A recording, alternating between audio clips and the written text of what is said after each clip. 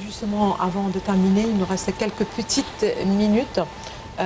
C'est peut-être l'occasion de parler de l'impact économique de cette guerre sur la région en général, si elle pourrait en avoir un certain impact, mais aussi sur l'économie israélienne. Tout à l'heure, vous avez parlé de ce point, qu'il pourrait y avoir des répercussions de cette guerre sur l'économie d'un pays comme Israël.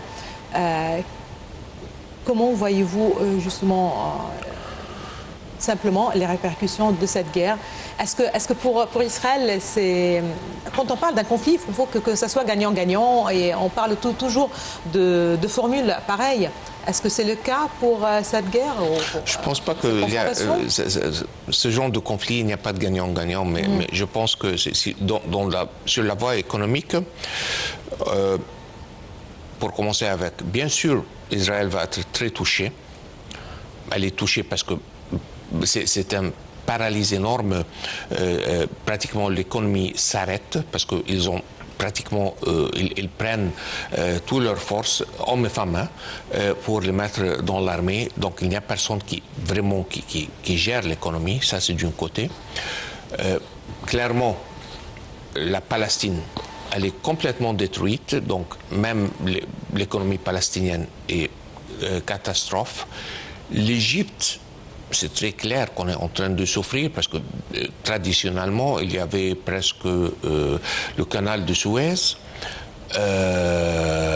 Ça formait plus ou moins 25 à 30% de revenus de devises internationales qui rentraient en Égypte. Maintenant, on a les Houthis qui sont les alliances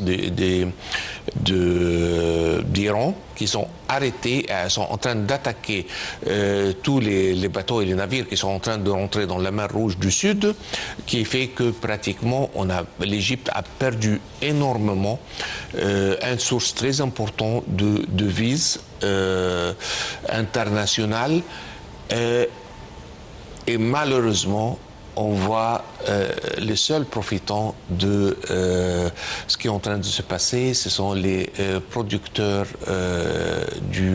d'armes et d'ammunition, parce qu'ils sont en train de vendre des chiffres énormes, et on peut voir ça même dans la bourse américaine, que